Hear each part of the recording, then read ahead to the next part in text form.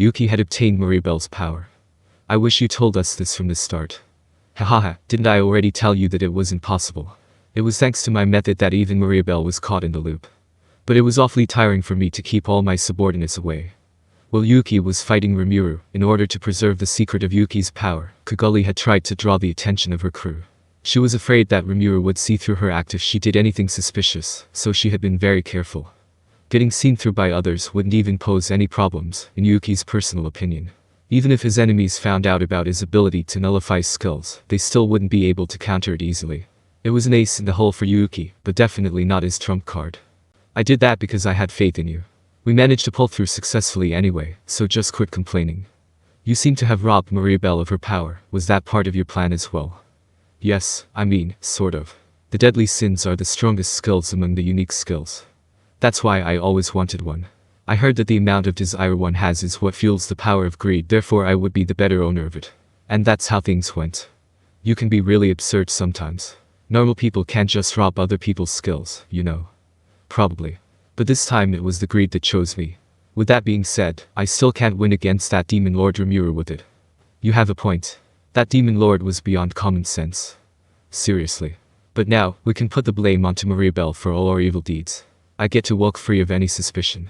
For now, we'll have to quiet down, but we'll have more fun, nonetheless. Given how things have developed, rushing it wouldn't help. That demon lord really was meticulous, to the point of it being disgusting. I've got quite a lot of complaints about our plan this time, but I suppose I'll have to accept it. Kagali's complaint was mainly towards the destruction of the tomb. Yuki explained to Rimuru that Mariabell committed suicide by turning on the engine reactor. He wanted to destroy the evidence. The explosion only covered the lowest level, and the damage was less severe than expected. That was Yuki's explanation. The truth was that he detonated a pre-placed magic bomb, but he twisted the narrative by saying the explosion was smaller because the residual energy within the engine reactor was relatively low. In order to make himself more believable, he had even scattered scraps of the actual engine reactor. No matter how their opponents were to question them, Yuki was ready to lie until the end. This was what Kagali had a problem with. Didn't you plan to abandon the place anyway? Don't think about it too much, Yuki reassured. To Kagali, it was the city that she had lived in for a long time. After she had handled everything, she planned to turn it back into a lively city, like it was in the past. Yet now the most important part, the tomb, was gone. No wonder why she was upset. That's not true. This was still like our second home. Kagali shrugged, which Yuki met with a bitter smile. You have a point. But thanks to this, we have profited, nonetheless. Getting my name cleared was our goal in the first place. Moreover, we learned that the blood shadows sent by Mariabell were capable of holy magic. That's a major breakthrough. Indeed. I noticed it too. The reason behind the Council's connection to the Western Holy Church was due to the secret true identity of the head of the Council of Five Elders. That's right. It was covered on the news as well. It was quite the hot topic for a while. As a matter of fact, the Civil War of Pharmus caused the reputation of the champions to go downhill. It also heavily reduced the influence of the Council on the Western Holy Church. This also points to another fact. Mariabell's great-grandfather, Grandel Rosso, was probably one of the 7 luminary clerics. I see. As expected from Yuki-sama, such sharp observation. Kagali had keen observation as well. Yuki's deduction was, in a sense, the same as what she'd been suspecting. Therefore, she could now confirm the matter. Yuki then looked at Kagali with an evil smile on his face. I suppose, I can still handle this level of deduction. Compared to that, I found something of even greater significance. Do you know what it is? He looked at Kagali as he finished, seemingly observing her reaction. Kagali only knew so much information, so she raised her hands as if saying, I give up. I was trying to figure out Mariabell's operation this time. She was acting particularly hastily, wasn't she? Even if she had killed Demon Lord Rimuru, Vildor might have come out to rain chaos. Manipulating the Chaos Dragon would also enrage Demon Lord Millum. Weren't you nervous as well? You were afraid that Millum would have seen through your disguise, right? I thought that she was being too reckless to have pitched herself against such a dangerous Demon Lord, as well as a true dragon. Now that you've laid it out, it does sound a little. There was no way that Mariabell could have overlooked such risks.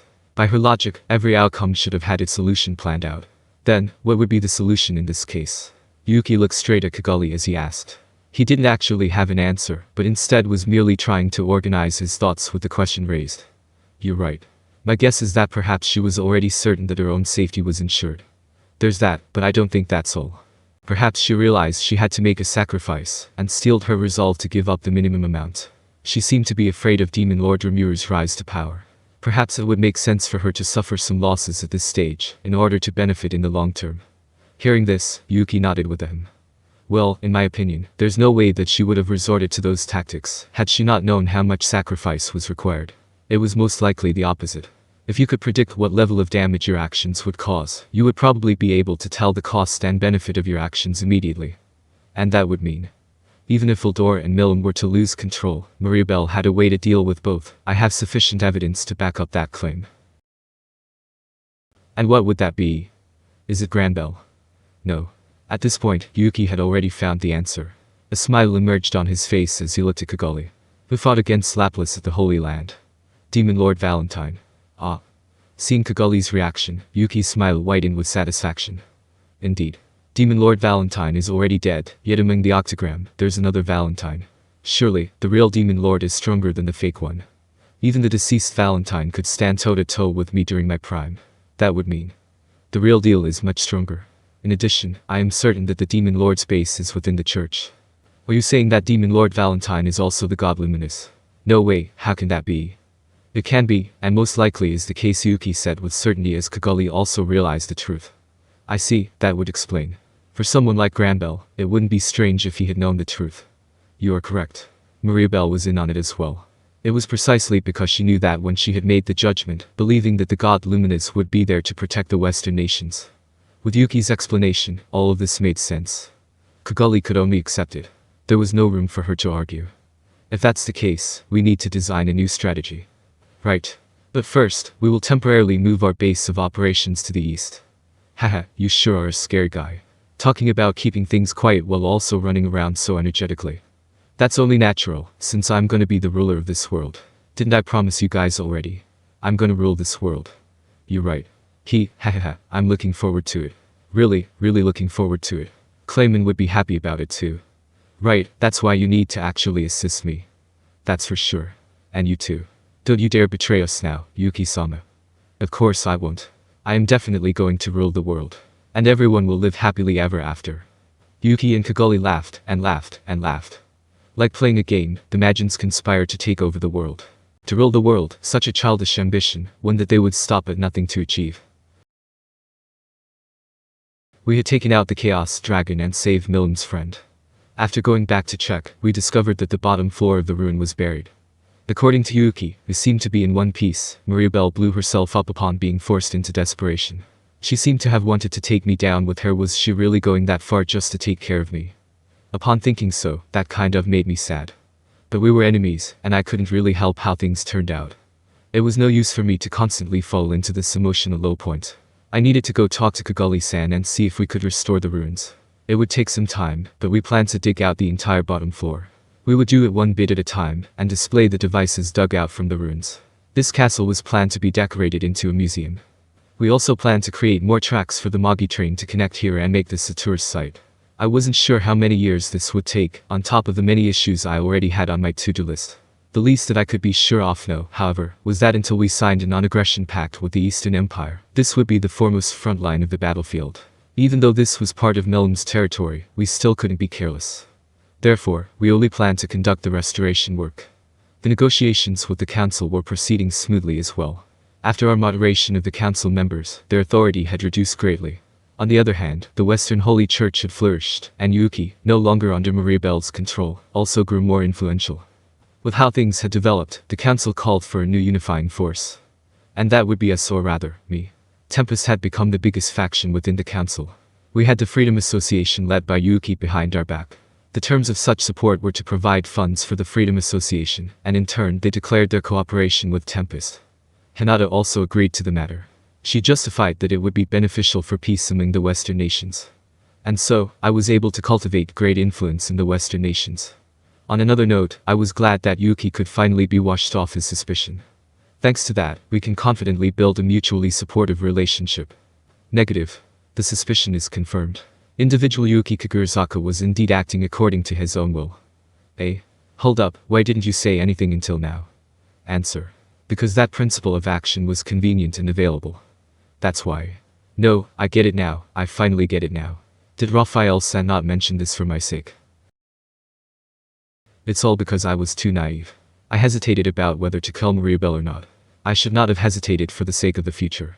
If she had tried to inflict harm on me, my doubt would have disappeared. But, since they hadn't really made too much trouble for us, I felt that it was unnecessary to kill her. There was also Guy. I also felt that I had gone overboard after killing him. That was also one of the reasons for me to be discouraged from doing the same to Mariabell. I couldn't kill Mariabell, so you made the judgment to not tell me about that thing. Yes. I felt that it was necessary. How dare you act on your own? I couldn't really say that.